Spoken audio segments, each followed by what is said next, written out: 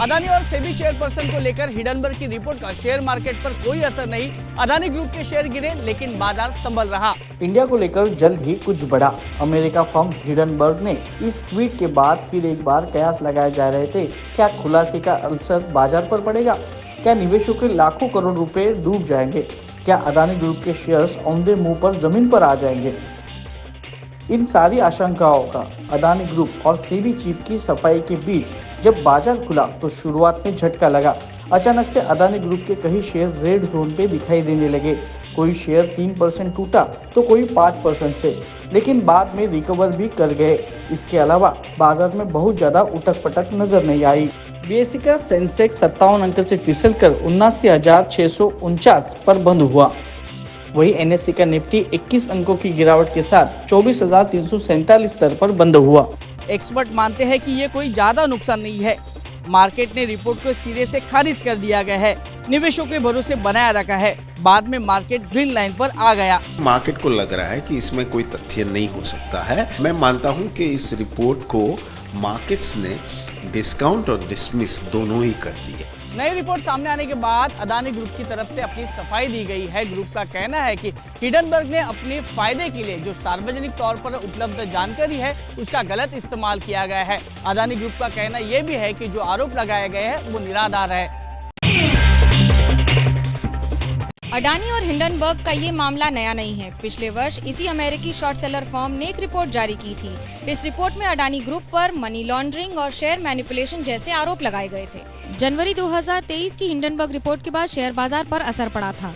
अडानी को लाखों करोड़ों का नुकसान हुआ। पहले वो दुनिया के टॉप 10 अमीर लोगों में शुमार थे, लेकिन बाद में रैंकिंग नीचे होती चली गई। हालांकि इस बीच मामले की गूंज देश में सुनाई दी। विपक्ष ने आरोप लगाए तो सरकार ने जांच बैठा दी। जनवरी 2024 में सेबी और सुप्रीम कोर्ट ने मामले की जांच की। आरोप खारिज कर दिए गए, लेकिन इस बार मामला डायरेक्ट सेबी चेयरमैन और उनके पति से जुड़ा है। रिपोर्ट कहती है सेबी की मौजूदा चेयरपर्सन माधवी बुच और उनके पति दोनों की ऑफशोर फंड्स में हिस्सेदारी थी, जिसका इस्तेमाल विनोद अडानी ने किया था। सेबी को अडानी संबंधित निवेश फंड की जांच का जिम्मा दिया गया था, जिसमें माधवी के व्यक्तिगत निवेश वाले फंड भी शामिल थे। रिपोर्ट में सवाल है कि ये हितों का बड़े टकराव का साफ मामला बनता है। सेबी ने रविवार को कहा कि अडानी समूह के खिलाफ सभी आरोपों की जांच की है।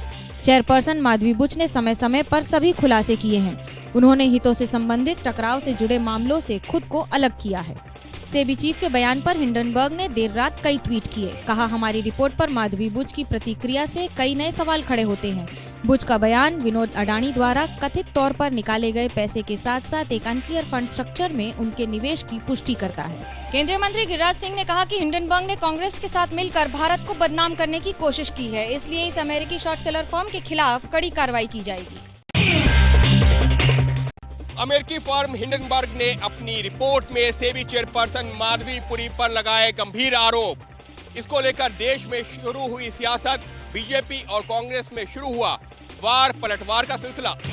पहले हिंडनबर्ग की रिपोर्ट आई। रिपोर्ट पर सेबी चीफ माधवी पुरी बुच का रिएक्शन आया। ईमेल जारी की गई। कहा, चरित्र हनन की कोशिश की गई।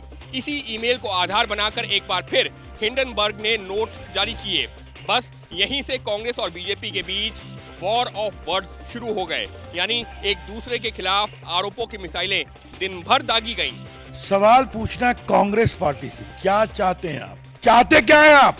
देश मोदी की से नफरत करते हुए कांग्रेस पार्टी आज हिंदुस्तान से नफरत करने लगी। बीजेपी के इल्जामों पर कांग्रेस का शार्प रिएक्शन आया। कांग्रेस ने कहा कि मामला हिंडनबर्ग और सेबी के बीच का है, अडानी की फर्म की बात है, तो फिर बीजेपी के प्रवक्ता प्रेस कॉन्फ्रेंस क्यों कर रहे हैं? यहाँ वहाँ की बात करने से तो काम नहीं चलेगा। बिंदुवार तथ्यों के आधार पर कुछ आरोप लगे हैं, उनका जवाब बिंदुवार तथ्यों के आधार पर दीजिए। कल ही लोकसभा में नेता विपक्ष राहुल गांधी ने इस रिपोर्ट के सामने आने के बाद कई सारे सवाल उठाए थे। राहुल गांधी ने पूछा था कि इस रिपोर्ट के सामने आने के बाद भी सेबी प्रमुख ने अब तक अपने पद से इस्तीफा क्यों नहीं दिया।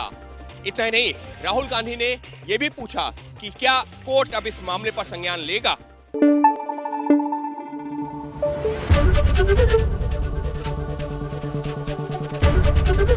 एबीपी न्यूज आपको रखे आगे।